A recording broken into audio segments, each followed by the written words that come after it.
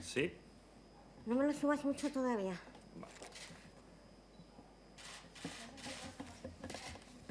A ver, ya. ¿Sí? Sí, tengo que esperar a que hablen.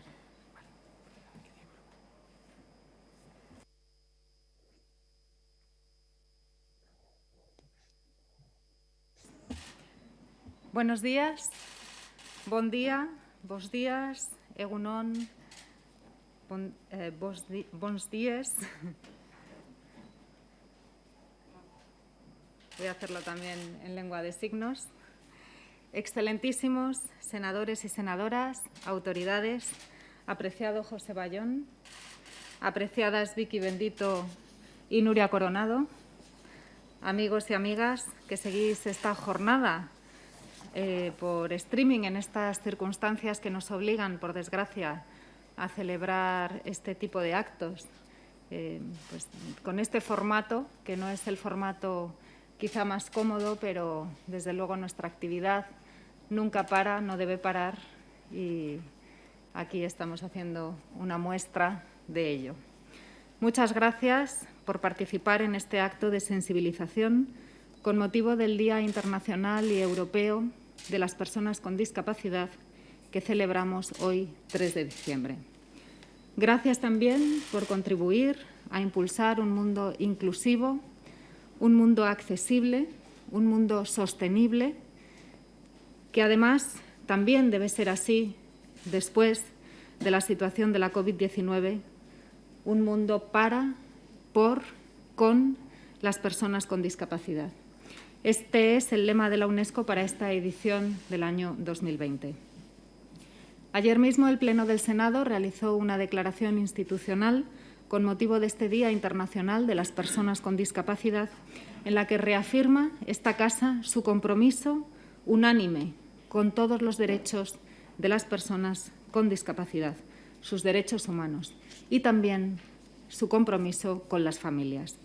España, Europa y el mundo entero vuelven a ser castigados por la pandemia de la COVID-19 en esta segunda ola. Es una crisis sin precedentes que ha puesto al límite los principios de universalidad, los principios de equidad, los principios de no discriminación que apuntalan los derechos humanos. Más de 1.000 millones de personas en el mundo viven con algún tipo de discapacidad, de acuerdo con las cifras que aporta la Organización Mundial de la Salud. Durante la pandemia, muchos países no tuvieron en cuenta a estas personas en sus controles oficiales, en las medidas que adoptaron, a pesar de que corrían un grave riesgo para su salud, para su integridad, para su salud física y mental. Pero esta pandemia no solo ha hecho aflorar los puntos débiles que tenemos en nuestros sistemas, sino que también ha traído conmovedoras lecciones de solidaridad y de humanidad. Como presidenta del Senado, la Cámara Territorial, la Cámara donde debe realizarse ese diálogo neutral entre administraciones y entre territorios, quiero resaltar el esfuerzo realizado por las comunidades autónomas y el esfuerzo realizado por los ayuntamientos. Me consta que los equipos sociosanitarios se han volcado para paliar el impacto de la pandemia en todas aquellas personas que están más expuestas. Extiendo además mi reconocimiento a las personas con discapacidad, a sus familias, a sus hogares, las plataformas del voluntariado, las asociaciones, al Comité de Entidades Representantes de Personas con Discapacidad, al CERMI, a movimientos vecinales, por sumarse a las labores de apoyo y acompañamiento. Señoras y señores, el Pleno de ayer aprobó por unanimidad la erradicación de la esterilización forzosa de personas con discapacidad incapacitadas judicialmente.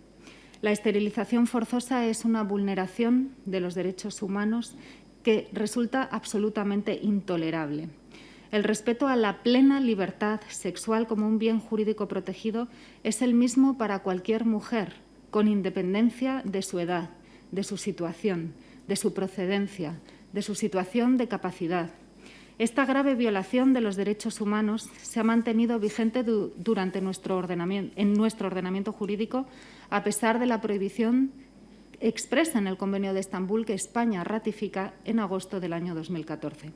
La esterilización forzada ha quedado suprimida ahora con la reforma del artículo 156 del Código Penal, en concreto con la eliminación en su párrafo segundo que despenalizaba esta práctica discriminatoria que padecen en especial las mujeres, a quienes se les negaba el ejercicio pleno de sus derechos y entre ellos la salud reproductiva.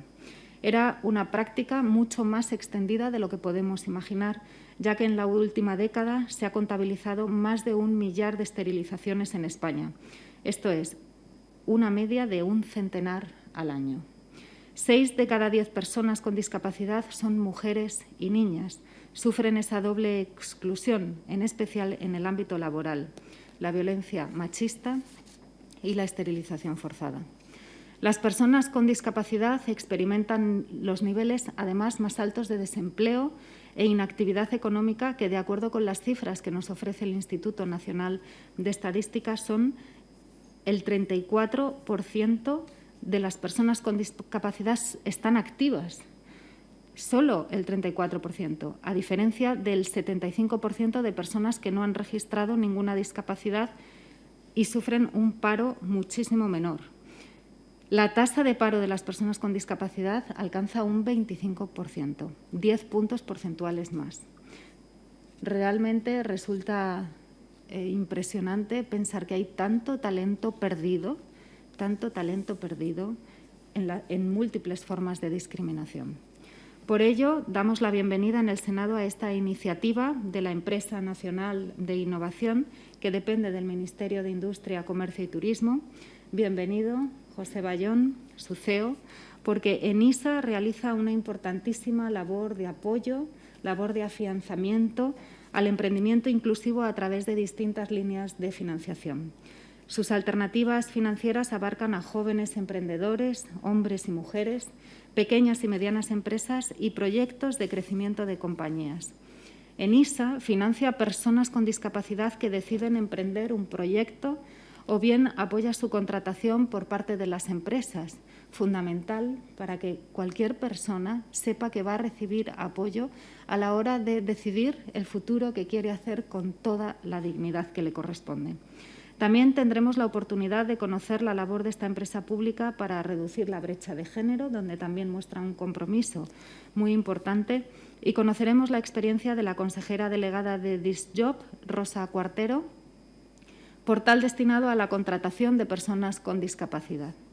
Nos acompaña en esta mesa también Vicky Bendito, quien junto al movimiento asociativo e institucional impulsa el cambio en el artículo 49 de la Constitución española y que aún no ha podido salir adelante por los acontecimientos electorales que hemos tenido en los últimos años, pero sobre el que existe un consenso generalizado. El Senado ha aprobado este mismo miércoles una moción para reformar el artículo en ese sentido. Como presidenta del Senado, además, considero una cuestión prioritaria de dignidad y de respeto a la diversidad la reforma del artículo 49 de la Constitución. Es necesario actualizar la Carta Magna de acuerdo con lo que nos dice la Convención del año 2006 y para ello es necesario suprimir esta denominación que resulta ofensiva, sinceramente lo digo, hacia las personas con discapacidad y avanzar en suma en la defensa de sus derechos, porque son también nuestros derechos. Lo que ofende a personas con discapacidad nos ofende a todos. Una democracia, lógicamente, no puede ser plena si no trata de la misma manera a las personas que la componen. En pleno siglo XXI no se puede utilizar este tipo de términos para personas que tienen diferentes capacidades. El respeto a los derechos de las personas con discapacidad es inalienable, es indisociable, es indivisible de los derechos humanos y de las libertades fundamentales, como proclama la propia Naciones Unidas en su Estrategia para la Inclusión de la Discapacidad. La plena integración, el ejercicio íntegro de sus derechos y libertades no constituyen un asunto individual o familiar. Es que es una cuestión de derechos humanos que, como digo, nos atañe a todos y a todas. Por el contrario, detrás de la expresión discapacidad existe una miríada de concepciones políticas, normas, prácticas y actitudes discriminatorias ancladas a lo largo del siglo en nuestra cultura y que ha frenado la protección de los derechos humanos de las personas con alguna discapacidad diferente. Un obstáculo al desarrollo social, un obstáculo al desarrollo de nuestra democracia. La Convención Internacional sobre los Derechos de las Personas con Discapacidad, aprobada en 2006 por la Asamblea General de Naciones Unidas, proclamó la necesidad de eliminar todas estas barreras en todo el mundo. En España este propósito forma parte del ordenamiento jurídico desde 2008, pero también desde 1978, en el artículo 9 de nuestra Constitución, que nos obliga a remover todos los obstáculos que impiden o dificulten la plenitud de los derechos y libertades de todas las personas. El objetivo es eliminar las barreras con las cuales la sociedad discapacita al que es diferente, de un modo absolutamente injusto e incomprensible. Barreras físicas, jurídicas, de comunicación, económicas, de actitudes, de gestos. Y da un paso de gigante al reconocer el derecho de las personas con discapacidad a que puedan tomar decisiones sobre su propia vida, con su voluntad, con sus gustos, con sus preferencias y no solo en su mayor interés. No se trata de que las personas con discapacidad se adapten al mundo, no, sino de que el mundo, este mundo que hemos construido, se adapte a las personas con discapacidad para que todos y todas podamos vivir de manera plena. De ahí que los principios rectores de este tratado internacional partan del respeto a la autonomía individual, a la no discriminación, la participación e inclusión plenas y efectivas en la sociedad, la igualdad de oportunidades, la accesibilidad, la igualdad de sexo, etc. En suma, es respetar la diferencia y la aceptación de personas diferentes como somos todos y cada uno de nosotros, cada uno tenemos nuestras propias diferencias, como parte de la diversidad y la condición humana. Es que es el centro de la condición humana lo que hay que respetar.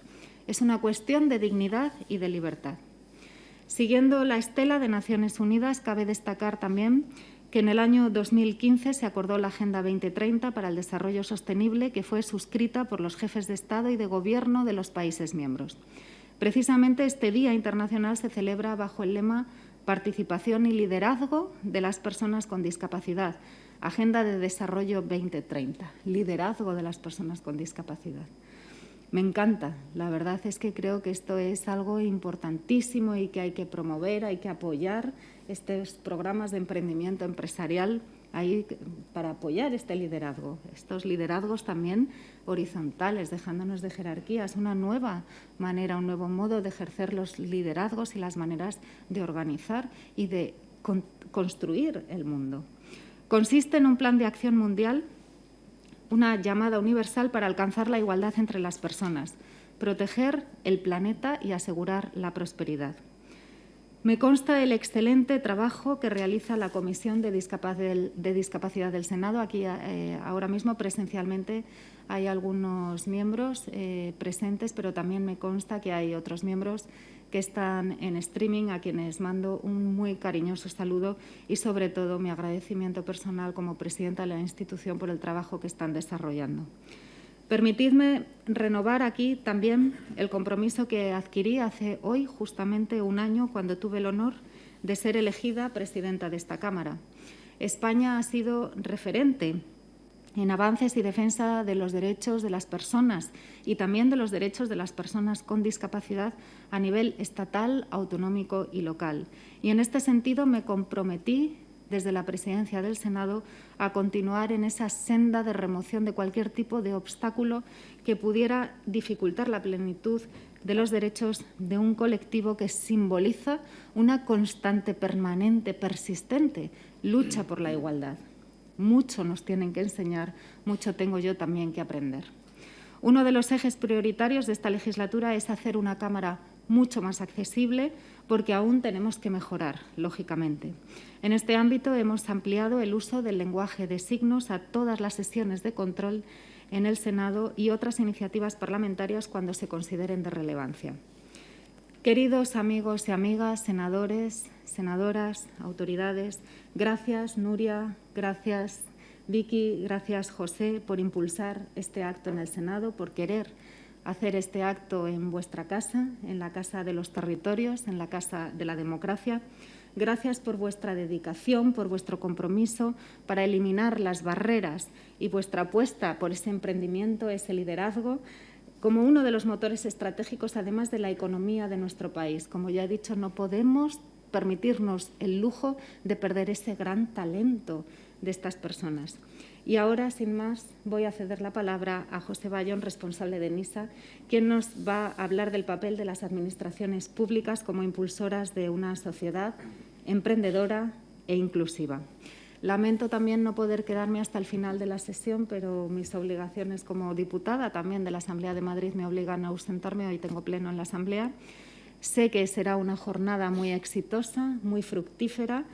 Los niños, las niñas y los jóvenes deben ser también uno de los objetivos fundamentales que sean tratados hoy a lo largo de estas jornadas y, sobre todo, vuelvo a reiterar mi agradecimiento porque hayáis querido celebrar este acto en un día tan importante como es el día de hoy en esta casa. Muchísimas gracias.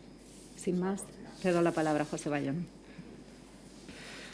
Muchas gracias. Muy buenos días, excelentísima presidenta del Senado, apreciada, querida Pilar Llop. Muchas gracias por acogernos hoy en esta casa, que es verdad, es de todos, de todas, de los territorios, como muy bien has explicado, casa, sede, la soberanía popular, ¿no?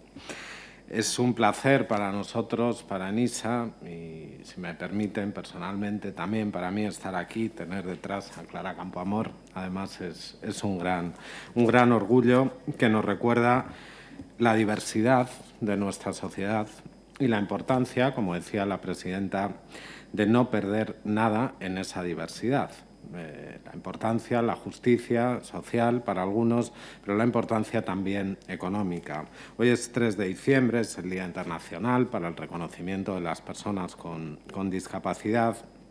Y desde una empresa como ENISA, empresa pública, adscrita al Ministerio de Industria, Comercio y Turismo, una empresa en la que hablamos de pymes, de emprendimiento, de competitividad, de economía, queríamos trasladar esta imagen y esta idea de que todo esto solo tiene sentido si en definitiva es para hacer una sociedad mejor para todos, para todas, mejor para quienes tienen discapacidad, porque, como bien ha dicho la presidenta, es un derecho, pero además es, yo diría, que una cuestión también de inteligencia colectiva, ¿no? Estamos hablando de un 15% de la población mundial con algún tipo de discapacidad, un 9% en España.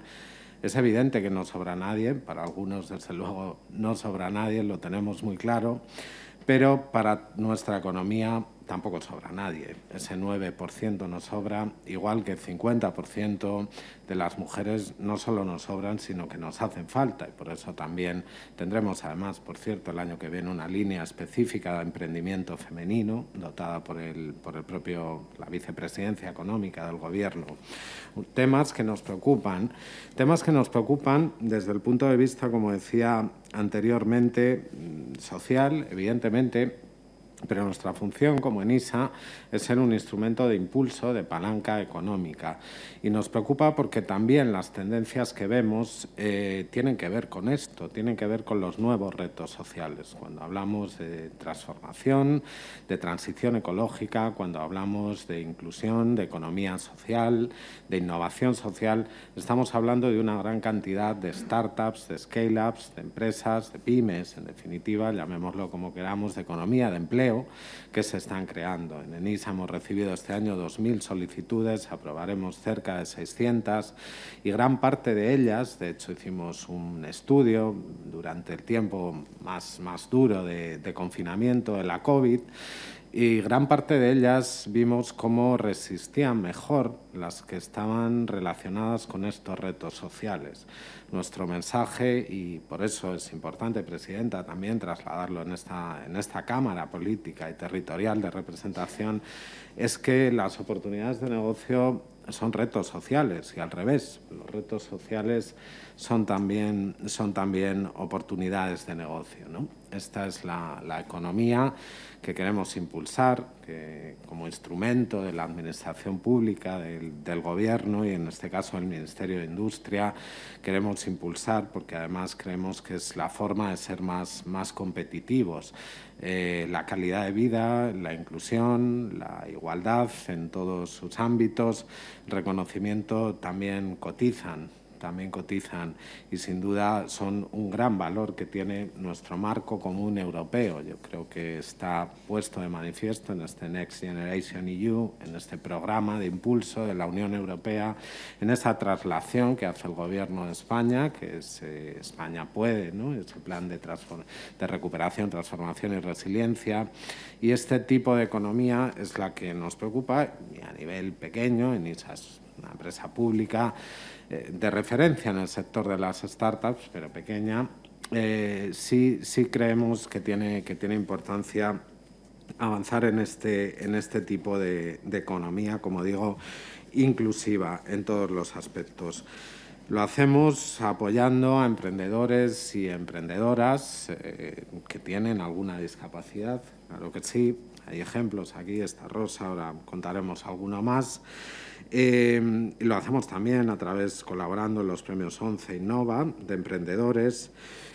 Hemos tenido realmente muchos ejemplos, ¿no? Y los quiero citar, pero no por ENISA, sino por ellos, ¿no? Porque creo que hay que ponerlos en valor, ¿no? Y dejar de poner de manifiesto que hay talento. Por cierto, hay un estudio también de algunos académicos que hablan de cómo las personas con discapacidad que emprenden un proyecto tienen más éxito.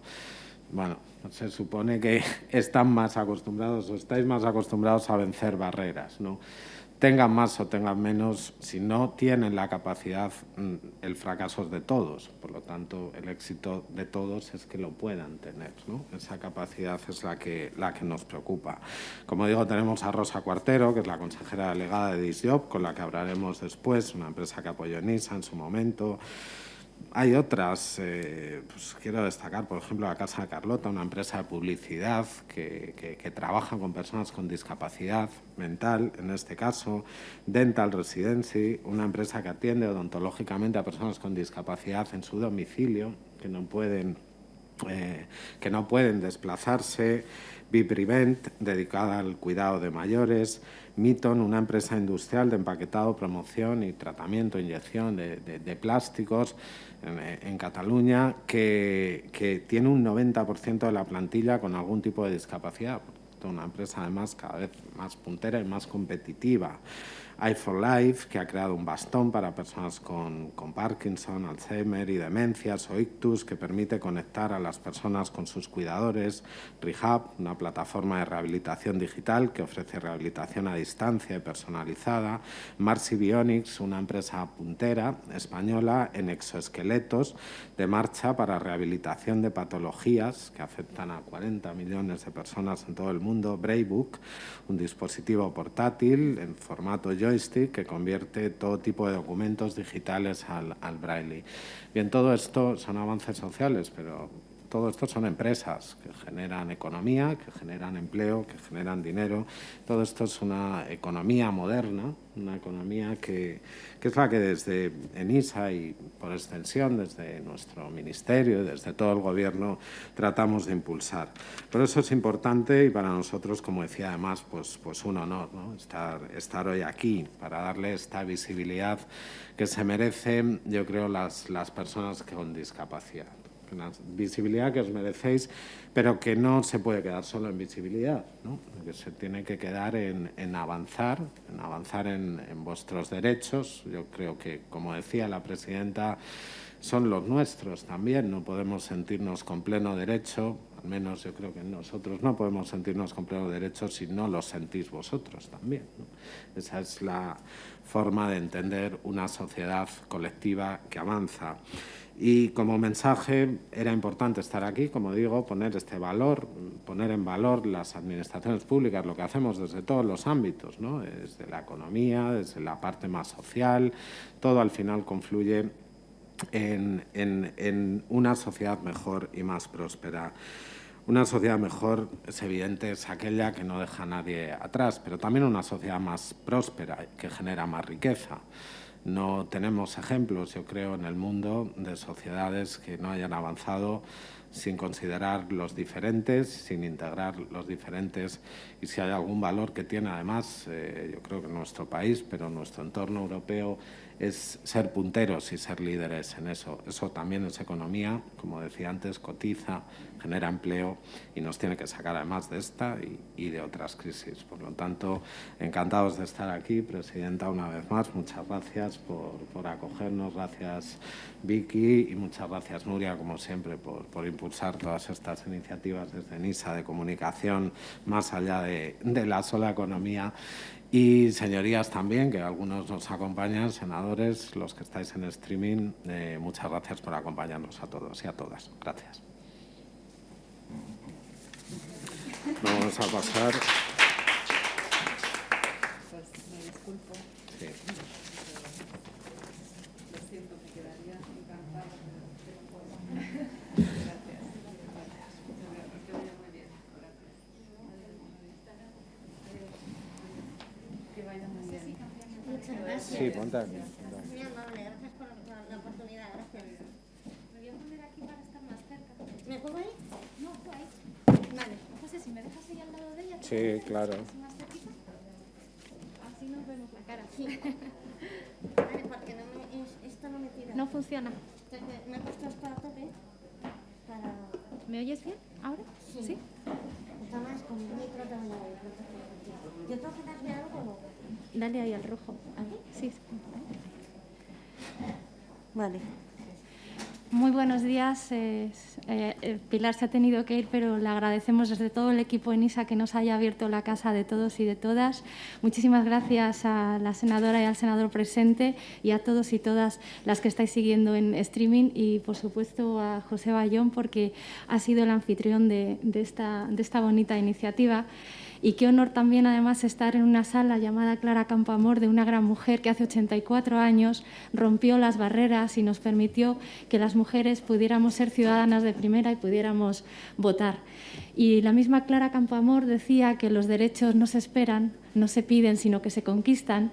Y aquí tenemos a una conquistadora nata, porque en un día tan especial como el de la discapacidad, quienes tienen que ser protagonistas son ellos y ellas, y no podíamos tener mejor anfitriona para ENISA y para el Senado que una mujer que lucha todos y cada uno de los días en representación de un colectivo que no lo tiene nada fácil y además con una doble barrera, no solo la de la discapacidad, sino también la de ser mujer, porque ser mujer también marca mucho más, no por suerte, sino más bien por todas las barreras con las que se encuentra para encontrar la igualdad en el día a día. Y Vicky vais a escucharla hablar, habla desde la cercanía, desde el ejemplo y desde la lucha, de verdad, porque no solamente hoy es un 3 de diciembre, sino que para ellos y para ellas todos y cada uno de los días son un 3 de diciembre. Así que te agradecemos desde el equipo ENISA con todo el corazón, Vicky, que un día tan especial hoy hayas querido compartirlo con todos nosotros y nosotras. Y quiero que nos cuentes, de verdad, desde ese ejemplo, qué es ser mujer en este caso, o qué es ser hombre o mujer con discapacidad y cómo os enfrentáis a esa no accesibilidad del mercado laboral, que es también un poco lo que nos reúne hoy aquí. Muchas gracias. Bueno, en primer lugar, gracias por esta magnífica presentación. No se nota nada que me aprecias, para nada, así que para mí es un honor estar aquí, de verdad, gracias por la oportunidad. Pues mira, estaba escuchando ahora a la presidenta y también al presidente de CISA, y que está muy bien todos los datos que han aportado, los datos del paro de las personas con discapacidad, que es súper alto. Pero yo siempre que me preguntan por estos temas, Nuria, siempre al final termino yendo a lo mismo. Es decir, hay unas tasas de paro en las personas con discapacidad que son mucho más elevadas que en las personas sin discapacidad. ¿Pero por qué? es que no damos en el porqué. Es decir, las personas con discapacidad, nosotros, por ejemplo, dentro de Fundación 11, ¿no?, la cifra que queda como más visual, es que solo 1 de cada 4 personas con discapacidad trabaja. ¿Y qué pasa con las otras 3? ¿No trabajan porque no quieren o porque no pueden? ¿Y cuál es la respuesta? ¿Eh? ¿Y cuál es la respuesta? Entonces, habrá quien no quiera trabajar, que hay de todo en este mundo. O sea, ojalá a mí me sobrara el dinero y me pudiera dedicar solo a trabajar en el tema de la discapacidad, pero no, hay que trabajar y me gusta trabajar. En muchas ocasiones, en la inmensa mayoría, porque no pueden. No pueden trabajar porque no hay puestos de trabajo que estén adaptados. ¿Por qué no se adaptan? ¿Porque no quieren las empresas o porque no pueden o porque no saben? En muchas ocasiones es, primero, porque no saben que hay una ley que les obliga a adaptar cualquier espacio.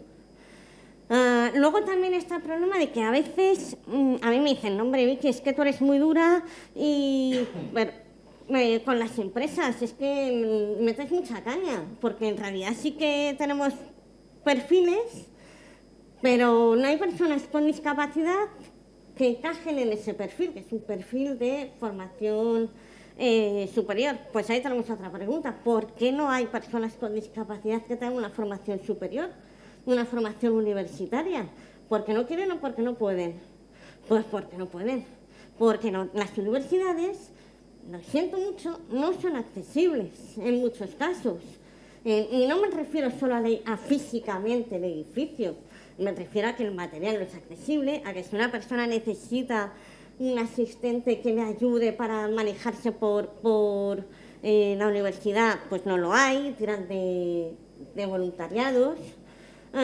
Mira, ayer mismo me comentaba una amiga mía que tiene discapacidad y que ha estudiado psicología. ¿Cuál es el problema también de las carreras universitarias? Pues que muchos másteres no tienen una reserva obligatoria de personas con discapacidad, que eso se deja al libre albedrío de cada universidad. Pues, perdón, ¿esto cómo va? Y encima un máster que si me dice que es barato, vale, pero es que no es barato. Y se tiene que tener en cuenta que las personas con discapacidad tenemos una serie de necesidades que no son caprichos, ¿vale? Y que suponen, en la mayoría de los casos, el primer eslabón de la accesibilidad, que son los productos de apoyo. Y los productos de apoyo pues nos los cobran como un lujo, cuando en realidad son una necesidad vital para nuestro día a día, desde que nos levantamos hasta que nos acostamos. Y volvemos a lo mismo. La gente que no va a la universidad es porque no quiere o porque no puede. Pues la inmensa mayoría porque no ha podido, porque ni siquiera en la educación secundaria han podido estudiar con material accesible. De hecho, mira, anoche estaba yo mirando datos y decían que solo estos son datos ya de hace... Porque esa es otra. Esa es otra reclamación que hacéis de que estamos utilizando datos antiquísimos, ¿no? Sí. Y que no hay, si no hay datos no se pueden luego efectuar políticas para cambiar esta realidad poco o cero inclusiva, ¿no? Y que os deja en las aceras, ¿no? Efectivamente. De hecho, INE saca el año que viene la estadística general de la población de personas con discapacidad y lo saca 13 años después de la anterior. Pues es que eso no puede ser. Los datos que hay pues normalmente son gracias al colectivo de las personas con discapacidad, del movimiento asociativo, que hacen una gran labor también de actualización de datos. Y lo que te decía ahí, solo el 19,8% de las personas con discapacidad terminan los estudios superiores. Entonces,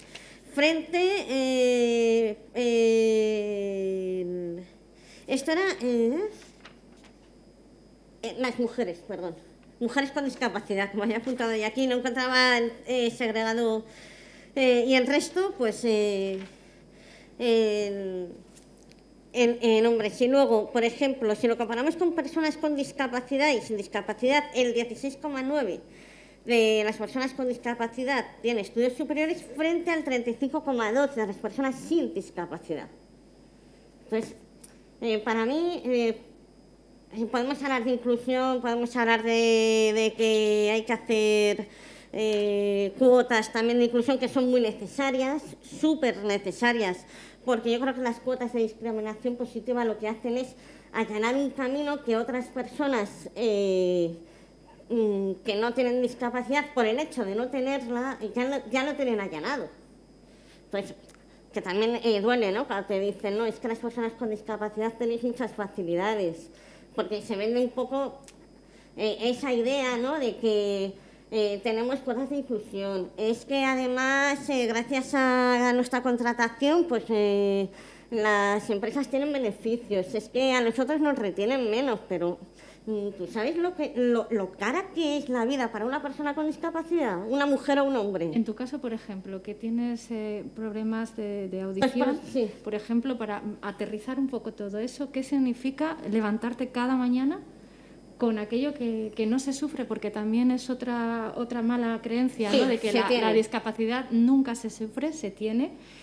¿Cómo es ese día a día cuando se tiene este tipo de problemas? Por ejemplo, en mi caso, que yo tengo 2 implantes, ¿no?, auditivos, que son implantes osseointegrados. Cada uno de los procesadores auditivos que yo utilizo cuesta 6.000 euros. Entonces, es también la angustia de, claro, se fabrican con obsolescencia programada, que eso también es de traca.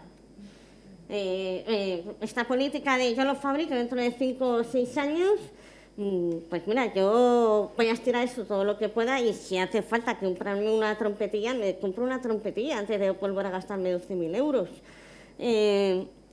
Entonces, claro, ese gasto adicional es lo que hace que nuestro poder adquisitivo sea menor.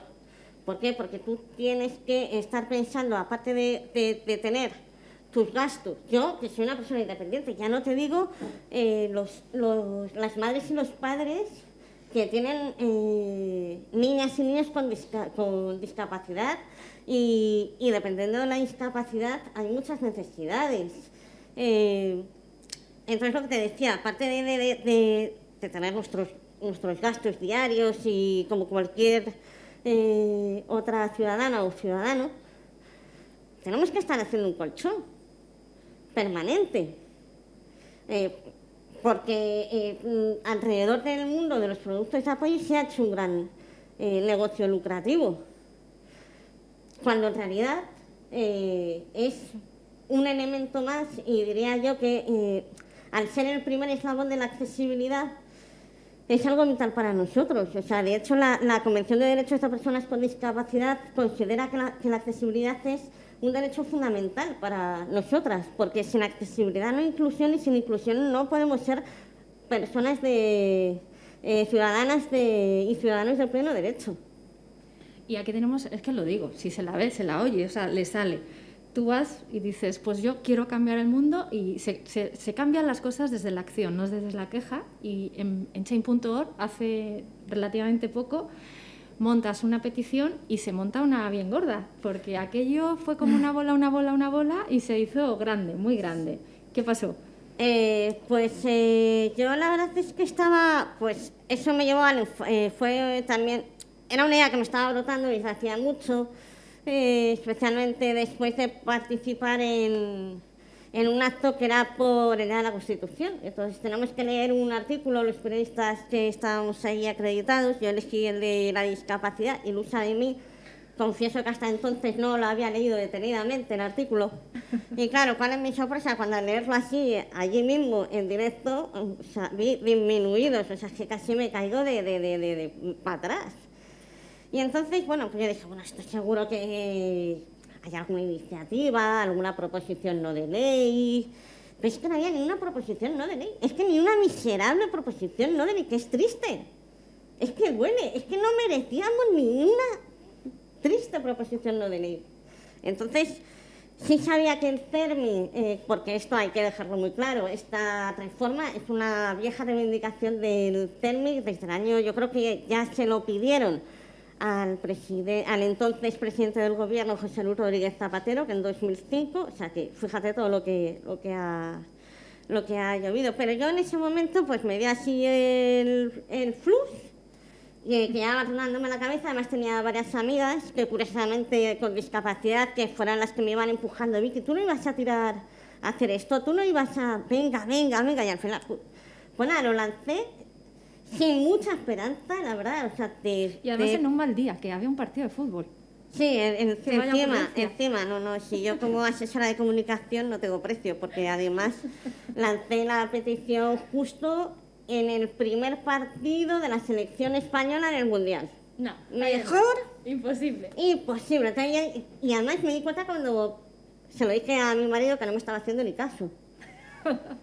Y entonces ya me di cuenta y digo, ay, ya había lanzado la petición y dije, bueno, pues nada, que sea lo que tenga que ser. Y sin embargo tuvo una repercusión en muy pocos meses, en 3 meses o no llegaba a 3 meses, tuve 80.000 firmas, más de 80.000 firmas. O sea que es que yo me quedé realmente abrumada. Sí que caló el presidente de la comisión, entonces, de la Comisión de Discapacidad del Congreso, en la Comisión Constitucional, pues sacó a colación el tema de la campaña, la reivindicación del CERMI también. Y a voluntad se supone que hay, pero dadas las circunstancias todavía no se ha podido reformar. Yo espero de que antes de que acabe la legislatura este artículo se pueda reformar. Que además no es solo una cuestión de terminología. O sea, no es solo cambiar la palabra disminuido por personas con discapacidad. Es cambiar el punto de vista desde el que está escrito. Es que el artículo 49 está escrito desde un punto de vista médico-rehabilitador, desde un punto de vista compasivo, desde un punto de vista de que necesitamos... es que, ¿cómo es? Que las personas somos disminuidas, que necesitamos tratamiento y rehabilitación. Tratamiento requiere las enfermedades, rehabilitación, las lesiones para la discapacidad, que puede ser consecuencia de una lesión o de una enfermedad, eso es otra cosa. Entonces hay que cambiar todo el concepto y hay que redactarlo desde un punto de vista de derechos humanos y más concretamente desde lo que establece la Convención de Derechos de Personas con Discapacidad. Porque, claro, es poco menos que tenemos que dar las gracias por la caridad. Y no queremos caridad, queremos dignidad. José, yo creo que tienes que preguntar también, porque deja sin palabras escucharla, pero es que ellas tienen que ser las protagonistas, las personas con discapacidad, ¿no? Y en el marco del emprendimiento también hay un gap ahí que hay que superar, pero nosotros como equipo ENISA y como ENISA como organismo tenemos grandes ejemplos y eso es lo que queremos también impulsar. ¿Qué te parece escuchar? Estamos muy acostumbradas a encontrarnos con ellas y con ellos, pero tenerla hoy en un día tan especial como este, ¿qué significa para ti como consejero también? Bueno, pues la verdad es que estaba escuchando, ¿no? Ya había hablado antes un rato y digo, bueno, pues estaba escuchando y es efectivamente un ejemplo de que además desde nuestro punto de vista de ENISA, que como decía antes, pues bueno, siempre hablamos de talento, emprendimiento, todo esto, bueno, que está en toda la sociedad, ¿no? Que las personas con discapacidad también tienen ese talento y esa iniciativa emprendedora, ¿no? Y me parece que es sin duda un gran ejemplo, ¿no? Lo de Vicky desde un punto de vista más activista y muy activo siempre, ¿no? Este cambio normativo que habla desde el artículo 49, que ha hablado antes la presidenta del Senado, yo creo que es evidente, ¿no? Y se tiene que tramitar, pero creo que lo has explicado bien, es un cambio de mentalidad también, ¿no? Esto es una parte de la sociedad tiene discapacidad.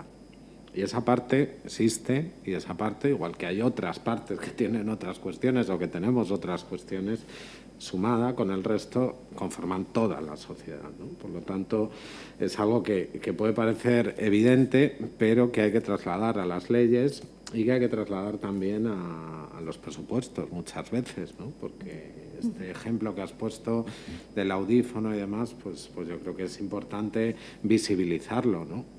Tú naces con una necesidad de 11.000 euros más grande que la que puedo tener yo de momento. Digo de momento porque nos hacemos mayores como sociedad cada vez más y cada vez más, que esta es otra cuestión importante, vamos a tener cierta discapacidad todos en algún momento.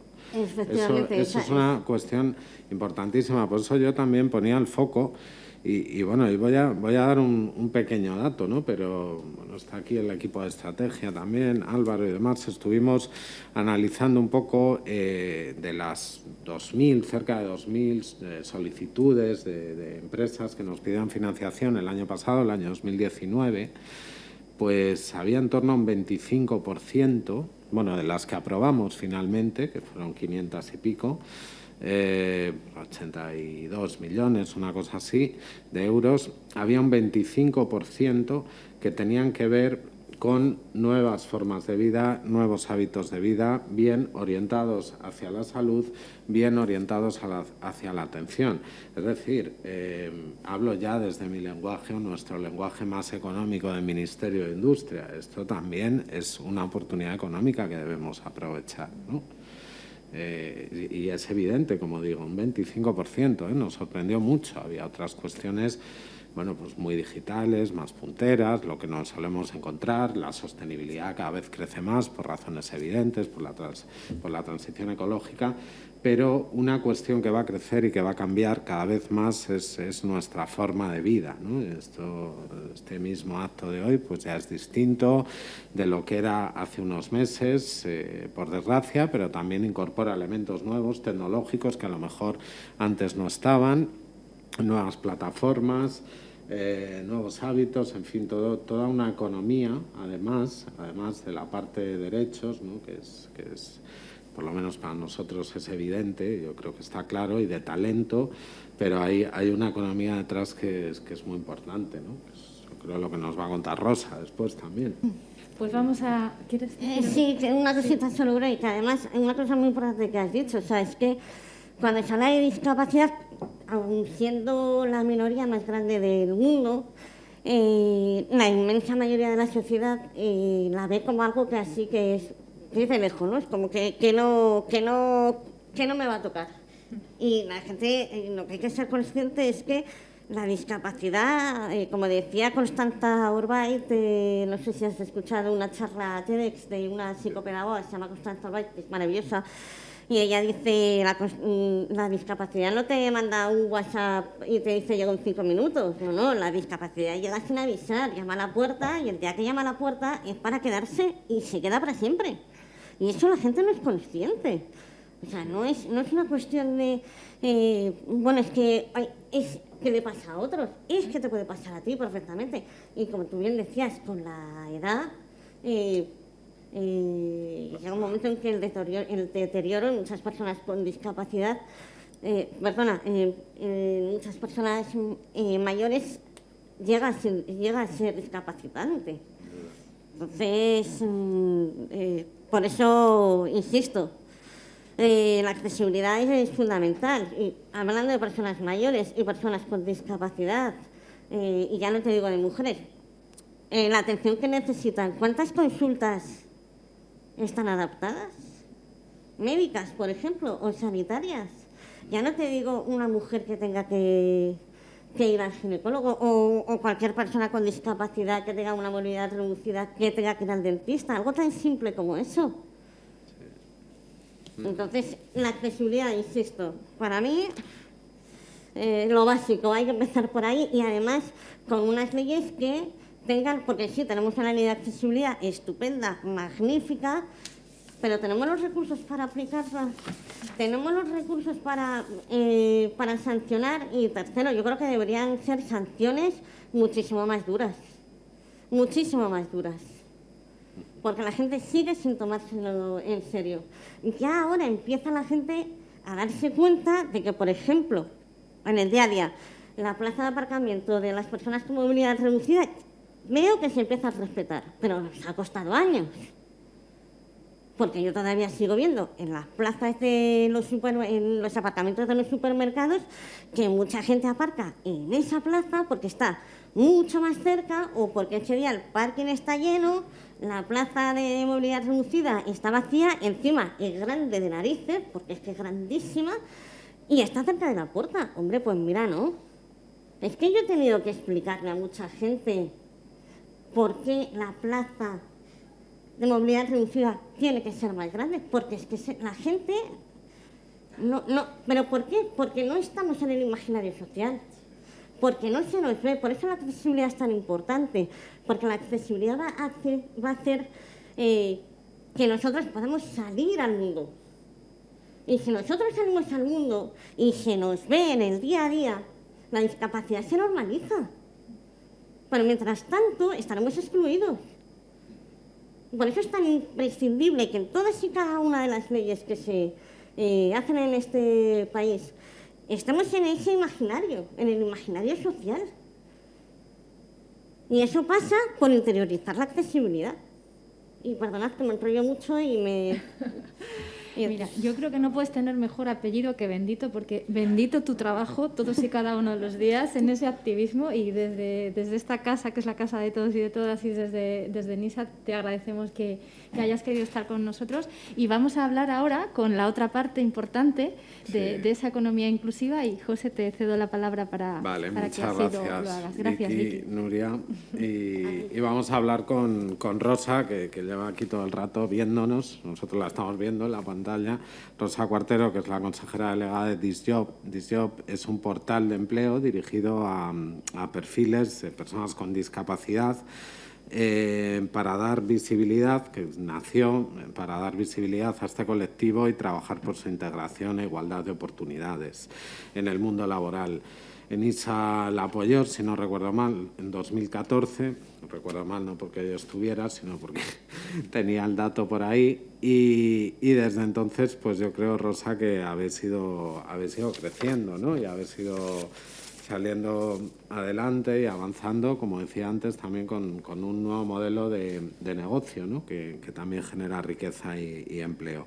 Bueno, cuéntanos tú tu experiencia, obstáculos, no sé, te diría que empieces quizás por la experiencia que has tenido, ¿no? De cómo arrancar, cómo se te ocurrió la idea, por qué, dinos. ¿Cómo se oye? No se oye. Tienes el micrófono cerrado, yo creo, ¿eh? Hola. Creo. Es la costumbre. Ahora sí. Hablo mucho, no sabéis lo que os espera ahora. Os estaba dando vidilla. Os estaba diciendo, bueno, que un placer saludaros a todos. Gracias por la oportunidad, además especialmente a Nisa, bueno, y a todos por haberme traído, ¿no? Agradecer además la oportunidad de entrar en streaming porque, bueno, como sabéis, estamos basados en Barcelona. Y bueno, pues el viajar hoy, así como en otro evento pues pude estar antes de toda la que nos está cayendo, ¿verdad? Pues bueno, muy agradecida de que me hayáis dado la oportunidad de entrar así en streaming. Entonces, bueno, un poquito comentar, ¿no? Yo he escuchado unas cosas, además, ahora pasaré a lo que me has preguntado, ¿no? Que luego me gustaría a mí puntualizar, porque yo no estoy 100% de acuerdo en alguna cosita que se ha escuchado. Pero bueno, luego os comento, os explico, ¿no? Realmente NISA fue muy importante para mí a nivel personal como mujer y emprendedora en el sector tecnológico, que no es poco, ¿verdad? Y encima en el sector social. Imaginaros, además, hace tantos años no se sabía ni lo que era una startup de tecnología. Y hablamos de 2014, de esa ayuda, ¿no? Que nos dio importantísima ENISA. Fuisteis los primeros en invertir en nosotros junto, ya sabéis que esto se realiza, ¿no? Con otro inversor, un business angel que teníamos de Sadeban, que seguramente los conoceréis, ¿no? Es la red de business angel más importante que hay en Europa en la actualidad. Pero bueno, no se sabía ni lo que era el emprendimiento, ni lo que era el emprendimiento social, ni por supuesto las startups y menos de tecnología, ¿no? Entonces, realmente fue en 2014, pero ya llevábamos trabajando desde 2009-2010. Es decir, es un proyecto que tiene cara y ojos, es muy estable y gracias a eso, pues Enisa yo creo que también pudo confiar en nosotros, ¿no? Bueno, dicho esto, fue muy bonito, sigue siendo muy bonito. Me preguntaba sobre la experiencia, los obstáculos, ¿no? Muy bonito empezar. Para mí no ha sido un obstáculo el ser mujer, si te soy sincera. De hecho, todo lo contrario, porque por eso estoy aquí. A lo mejor, ¿no? Si hubiera sido esta empresa, pues a lo mejor liderada por un caballero, pues no sé si estaría aquí. Ojalá, quiero pensar que también, seguramente, por eso de la igualdad, ¿no? Pero obviamente es importante que seamos mujeres y que estemos ahí dando guerras. Además, veo que estáis en minoría los chicos, ¿eh? Es una cosa que bueno, ¿no? Que cada vez estamos ahí más dando guerra. Bueno, obstáculos, pues muchos, pero día a día al final, ¿no? Es un proyecto que es social, es discapacidad, es empleo, que son dos grandes, por no deciros, las dos mayores problemáticas que puede tener, dos de las más grandes problemáticas, ¿no? Que puede tener el sector social, ¿no? En España. Entonces, se unieron o unimos dos cosas, pues, en mi opinión, muy importantes y que no se pueden dejar caer, ¿no? Entonces es importantísimo que desde las instituciones sociales, gubernamentales, pues estéis dando apoyo a estos proyectos, ¿no? Y si encima están liderados pues, por mujeres, por personas con discapacidad, pero es que además proyectos sociales todavía, en mi opinión, por delante de las mujeres y de las personas con discapacidad, ¿no? Son proyectos sociales, hay que darles mucho apoyo, lidere quien lidere, ¿no? Y es lo que nos hace y nos va a hacer más ricos, ¿no? Internamente, moralmente y un largo etcétera. Nosotros efectivamente comentaros que somos Disjob, es el único portal que existe en España como tal, especializado en discapacidad. Digo como tal, pues que trabaja como un InfoJobs o un LinkedIn, prácticamente es tecnología LinkedIn por detrás, pero es un portal de empleo tradicional como si fuera un InfoJobs que todos conocemos. Entonces, eso es importantísimo porque no hay otra plataforma de esta forma en España y por eso yo creo que llevamos tantos años y las empresas pues han confiado en nosotros. Las empresas que trabajan con nosotros son de primer nivel, desde lo que podría ser un Repsol, con perfiles muy cualificados. Y hoy es una cosa que estaba escuchando por ahí y no estoy muy de acuerdo en que las personas con discapacidad no tienen estudios universitarios. Obviamente está el sector de discapacidad y el de no discapacidad. Entonces, obviamente hay muchas personas que no tienen discapacidad, que no tienen estudios universitarios. En discapacidad, obviamente, el porcentaje es más elevado.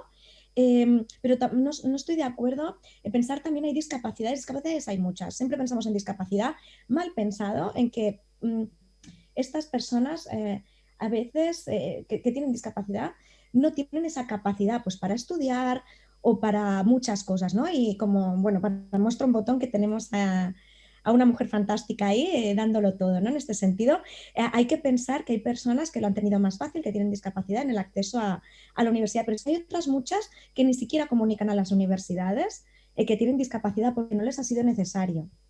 Igual que en el empleo, en empresas, que decíamos el tema del 10%, que por desgracia yo creo que en la anterior crisis duplicamos las personas con discapacidad, la falta de empleo, ¿no?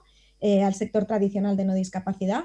Yo creo que por desgracia con esta crisis iremos para el mismo camino, pero también tener en cuenta que hay muchas personas con discapacidad que no dicen a las empresas que tienen discapacidad. Por lo tanto, no se sabe que están trabajando y que tienen discapacidad. Entonces, ahí yo creo que las estadísticas, como muchas otras veces, no son estudios certeros. Entonces, tenemos que tener en cuenta que discapacidades hay muchas, que hay discapacidades muy severas, muy complicadas y que efectivamente son las grandes reconocidas, ¿no? Las que todo el mundo sabe, conoce, reconoce, que piden ayudas, que si entran a estudiar en la universidad, obviamente lo primero que se hace, porque necesitan estas ayudas tanto para el apoyo que comentábamos, que estabais diciendo ahí, pues de accesibilidad, carísima además que decíais y estoy 100% de acuerdo, como además debéis tener en cuenta pues que también pues para los estudios, ¿no? Se les da una ayuda, lo cual estoy absolutamente de acuerdo, etcétera, ¿no? Porque como bien decíais, pues es más complicado el acceso para muchas de estas personas, pero es que hay muchas otras que tienen muy normalizada la discapacidad. Pensemos, insisto, que discapacidades hay muchas, desde azúcar en la sangre, cánceres el que queráis, yo qué sé, algún problema, me lo invento, congénito en la cadera, que al final, pues bueno, te impide un poquito caminar, pero no es accesibilidad realmente, ¿no? Por ejemplo, en una silla de ruedas, que es una discapacidad un poco, pues en ese sentido, pues más severa, obviamente, y necesita esa accesibilidad, ¿no? Entonces, hay muchas personas que la tienen muy normalizada, desde pequeñitos o no, que tienen el certificado, que otros no lo tienen. O sea, me refiero que hay mucho a hablar por ahí, es en tema de estadísticas, insisto. Yo, por ejemplo, gracias al portal de empleo me ha dado la oportunidad de hablar desde con empresas líderes a personas con discapacidad, hablo por supuesto, que son líderes también. Entonces hay desde directivos de empresas a personas que están en el sector Facility Services, que estoy también, muchas veces se piensa que la discapacidad, muy mal pensado, solamente sirve para este sector, limpieza, tal. En absoluto no. O sea, imaginaros una persona que tiene esta gran problemática y que encima le estamos diciendo que solamente puede limpiar, cuando esa persona a lo mejor querría ser pintora, no sé si me explico, artista, o sea, imaginaros, ¿no? Entonces, aquí hay mucho por hablar en este sentido. Nosotros con el portal de empleo vamos muy orientados a cosas bastante diferentes a lo que las entidades sociales realizan, ¿no? Por ejemplo, en materia de entidades sociales, hay pues, seguramente personas de mucha más difícil inserción, que son las que estábamos comentando, estabais comentando hasta ahora. Pero también pensemos que de discapacidades hay muchas, insisto, y hay personas, bueno, que a mí no me gusta ni llamarla inserción laboral, porque en mi opinión está mal llamado, pero que son muy cracks, llamémosle así, que tienen esos estudios, o no los tienen, pero bueno, tienen esos oficios y están trabajando de forma completamente normalizada. Algunos lo comunican, otros no, es lo que os decía antes, ¿no? Tanto universidades, que de hecho no es obligatorio comunicar la discapacidad, o si ahora ya lo es, me corregís, pero vamos, hasta hace un año que tengo la última información no lo era, ¿eh? Entonces, y no creo que esto haya cambiado o me habría enterado. Entonces, realmente hay un amplio mundo ahí, ¿no? A mí además me gusta mucho hablar en materia de normalización de la discapacidad, ¿no? No de tanto pobrecitos, igual que no me gusta más hablar de la mujer pobrecita. Yo creo que tenemos que superar estas cosas. Me gusta hablar desde un punto de vista positivo, desde un punto de vista de empoderamiento de la mujer, de las personas con discapacidad. Y porque es que si no, nunca vamos a avanzar. O sea, yo en esto, por eso os decía antes que he estado escuchando cosas y a mí hay veces que me da un poco de, si es que somos los primeros nosotros, que estamos hablando de mujeres y de discapacidad y los estamos haciendo pequeñitos en vez de empoderar, ¿no? Entonces, esa es mi opinión. A veces soy un poquito disruptiva y me lo vais a permitir, espero, porque además también me gusta, ¿no? En este sentido, para que abráis o que abramos un poco miras, ¿no? Nosotros, por ejemplo, desde la plataforma de empleo, que esto yo creo que Nisa va a estar muy orgulloso, así que os pido atención, es una cosa que estamos luchando desde hace años y es en normalizar la discapacidad. Para nosotros la discapacidad no pasa por en un proceso de selección orientado, que es como trabajan el 99% de las empresas en España, para personas con discapacidad. Yo pienso que esto es súper discriminatorio y hoy en día las empresas trabajan así, la gran mayoría, y si no es el 99, es el 98% de las empresas dicen dónde puedo colocar a una persona con discapacidad. Normalmente puestos de baja cualificación, bueno, se piensan que no pueden hacer nada más. Y yo les digo al revés, o sea, lo que tienen que hacer es pensar en que en cualquier proceso de selección tendrían que haber hombres, mujeres, altos, bajitos, da igual, o personas con discapacidad y contratar al mejor candidato o candidata. Si esto se hiciera como se realiza en otros países, por ejemplo como en Inglaterra, no tendría ni por qué existir una ley de discapacidad. Imaginaros ese 2% que todos conocemos de reserva, que es obligatorio, ¿no? La antigua LISMI LGD, Ley General de Discapacidad, que lo incluye ahora.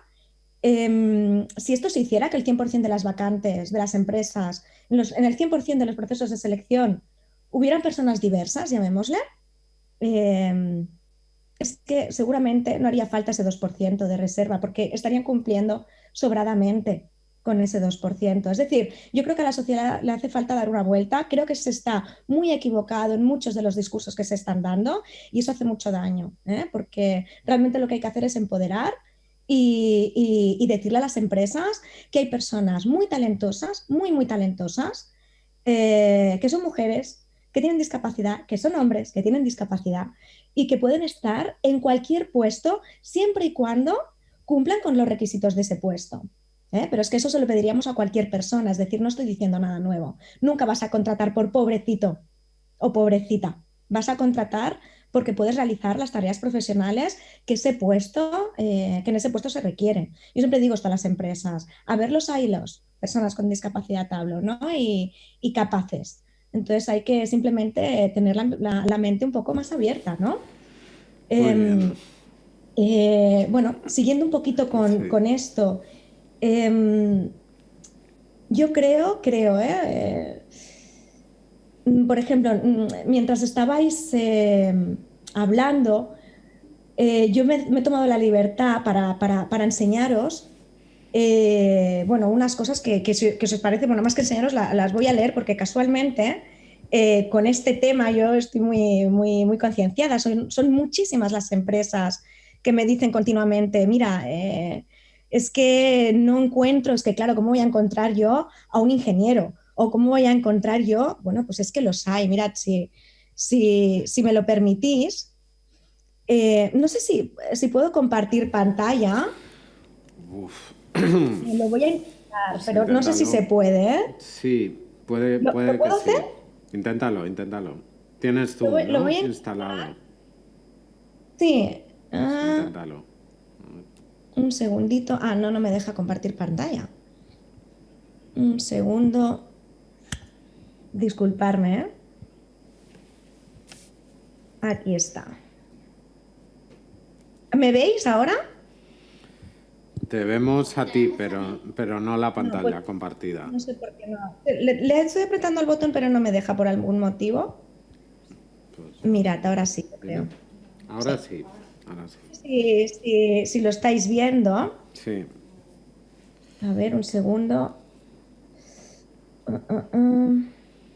No se Rosa, puede aumentar de mientras ninguna buscas la forma. información y por alusiones, Está aquí delante. Vicky, podrías... Sí, Dale, Vicky. está aquí delante. Mirad, esto para que os hagáis una idea. Esto es un documento que siempre lo pedimos, ¿de acuerdo? Mes a mes, de los procesos de selección, algunos de los procesos de selección, la gente que estamos metiendo en ellos, que se apunta de forma normalizada como en un portal de empleo tradicional, ¿eh? Pero un poco, para que os hagáis una idea, ¿eh? Director general, auditor, gestor de grandes cuentas y consultor. Director de logística, un CTO, responsable de negocio, de operaciones, técnico de compras, desarrollador de negocio, técnico contable y finanzas, asesor fiscal. Mira, voy a pasar a la siguiente pantalla, que esto ya es, bueno, customer service, bla, bla, bla. DIT, técnico en sistemas y redes, coordinador de equipos, administración y mantenimiento de sistemas, service delivery engineer, o sea, un ingeniero, técnico de soporte, programador, consultor de desarrollo, consultor SAP de CRM, analista de datos. Es decir, ya no sigo, ya os dejo de compartir pantalla. Me vengo a referir que cuidado, que estamos hablando de cosas que a veces pues no son realmente como las que pensamos, ¿no? Entonces, ay, perdón, me parece que no puedo salir, no sé por qué motivo. Pero bueno, insisto, ¿de acuerdo? Entonces, pensemos que muchas veces tenemos bueno, una visión de la discapacidad bastante, en mi opinión, en discordancia, y creo que son personas muy capacitadas y que debemos apoyarlas. Y que desde ahí lanzo a todos los que estáis en la mesa para que penséis un poquito de una forma más distinta, más abierta, ¿no? Y que el discurso que yo os estoy comentando pues lo veáis gracias a esta pequeña participación que me habéis dejado hacer pues de una forma un poquito más abierta, dinámica y mucho más positiva. Muy bien, gracias, Rosa. No sé si queréis comentar. Sí, pues Vicky. Sí, muy interesante lo que nos has comentado, Rosa.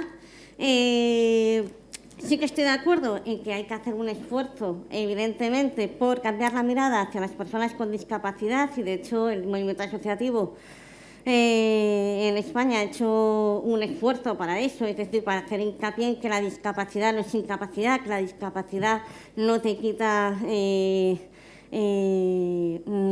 habilidades para trabajar en absoluto. Estoy de acuerdo contigo. Pero también creo que es importante destacar que las personas con discapacidad que trabajamos, ciertamente hay que actualizar, por eso lo hablábamos antes, las estadísticas sobre las personas con discapacidad, porque no se actualizan. Si no se actualizan no podemos tener datos y, por tanto, una radiografía real. La última que tenemos es del año 2008. Pero las estadísticas también dicen lo que dicen, y dicen que el 4,9% de las personas con discapacidad son analfabetas, por ejemplo. Dice que solo el 20% de las personas con discapacidad, hombres y mujeres, terminan la primaria. Y eso es una realidad de la que hay que hablar. ¿Que no nos gusta? Claro que no nos gusta. ¿A mí me gusta mi discapacidad? No. No me gusta, pero he tenido que convivir con ella. Y que yo tenga que convivir con ella significa... bueno, no pasa nada, happy power, flower, soy lo más. Que yo he caído en ese error también, ¿eh? ¿Significa el vender la moto de que si quieres puedes? Pues no. Porque querer no siempre es poder. Y además ese discurso de si quieres puedes puede crear además una frustración enorme. Que tiene que servir para impulsar efectivamente, para tirar, que en eso estoy de acuerdo contigo, yo creo que vamos en la misma línea, ese muro del no que constantemente se levanta contra las personas con discapacidad, ¿no? Para tirar ese muro de la caridad que, como yo decía antes, no hemos pedido ni queremos. Que las personas con discapacidad, las mujeres y los hombres con discapacidad, queremos trabajar, nos gusta trabajar, queremos tener una vida digna. Pero creo que es necesario mostrar la radiografía de las personas con discapacidad. Y esa radiografía pues no es nada bonita, pero hay que enseñarla. Hay que enseñar cuánta gente está formada, cuánta gente trabaja. Porque la cuestión es que yo soy una de esas personas que trabaja por cada 3 personas con discapacidad que no trabaja. Yo soy la excepción. A mí lo que me parece peligroso es vender la idea de... que a veces se vende la excepción como si fuera la norma. Y eso es peligrosísimo. No. Nosotros, las personas, los hombres y mujeres con discapacidad, que tenemos la fortuna de trabajar, y yo llevo 27 años, es decir, a mí me dieron la oportunidad en su día y yo la aproveché. Yo no soy una labor social, yo no soy un acto de beneficencia, porque creo que después de 27 años, gracias creo que a mi tesón y a mi profesionalidad, llevo 27 años en el Grupo Social 11, que se dice pronto. A mí no me han regalado nada, pero yo soy la excepción. Yo y todas las personas con discapacidad, hombres y mujeres, que a día de hoy trabajan. Muy bien. Entonces, sí que hay que cambiar el discurso, sí, pero hay que enseñar la realidad para poder tomar las medidas necesarias para acabar con esa situación, porque ya está bien. Y eso pasa por la accesibilidad, insisto, en todos los ámbitos. Sin accesibilidad no es posible normalizar la discapacidad, no es posible esa normalización de la que tú hablas. Muy bien, Vicky. Perdón por mi vehemencia. No, evidentemente, gracias a las dos, ¿no? Yo creo que son puntos de vista evidentemente complementarios, ¿no? Si me lo permitís. De alguna manera, para llegar a la normalidad hay que pasar por el activismo y la reivindicación, ¿no? Tenemos detrás un ejemplo clarísimo de algo que no era normal y que antes tuvo que ser reivindicación, ¿no? Como es el sufragio femenino. Clara Campoamor, aquí pasa algo igual, ¿no? Es evidente que estamos enfocando la discapacidad, no lo podemos enfocar desde un punto de vista, digamos, de caridad, porque no es eso.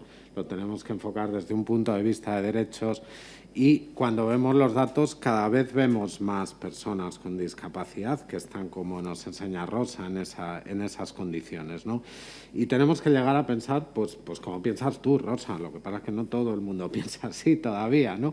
Es decir, voy a abrir un proceso de selección y todos los que vengan con las mismas oportunidades. Bueno, tenemos que llegar a eso. Yo estoy seguro que gracias a personas como vosotras y a lo que podamos apoyaros lo haremos. A mí esto me recuerda un poco como cuando me dicen en nuestro terreno el emprendimiento, no, fíjate qué empresa y qué emprendedor tan bueno hay que ha triunfado no sé dónde. Evidentemente los hay, españoles y de todos los sitios. Lo que pasa es que si no conseguimos que eso sea general y que sea sistémico, pues no vale. Vale para una, para dos personas, pero no vale para el colectivo, ¿no? Que es un poco lo que, igual que en emprendimiento, en este terreno queremos trasladar, ¿no? Con este acto. Nos hemos retrasado un poco. Rosa, venga, sí, ¿qué quieres? Venga, muy rápido. 2 incisos muy pequeñitos. Uno es decirte, deciros que estoy súper de acuerdo con la última intervención ahora. O sea, más de acuerdo no podría estar, eso por un lado. Por otro, haciendo el inciso con la intervención, realmente creo que con esto que comentabais, ¿no? Yo creo que algo muy importante es que la gente sepa que no todas las discapacidades son iguales y que creo que cada persona con discapacidad debería tener a alguien para valorar esa discapacidad, porque, por ejemplo, yo no veo que una persona, pues que como decíamos antes, y es una realidad que a lo mejor pueda tener una discapacidad, pues una colitis, ¿no? Que es ir más o menos veces al baño, con perdón, pero tenga los mismos beneficios que una persona que lo ha tenido más complicado en la vida y que lo está teniendo mucho más complicado en la vida, que estábamos hablando ahora, pues de personas que a lo mejor pues sin un empleo con apoyo real, ¿no? O incluso, pues que pueden hacer solamente tareas muy, pues muy concretas, etcétera. Es decir, hay grandes discapacidades, ¿no? Que es lo que os hablaba.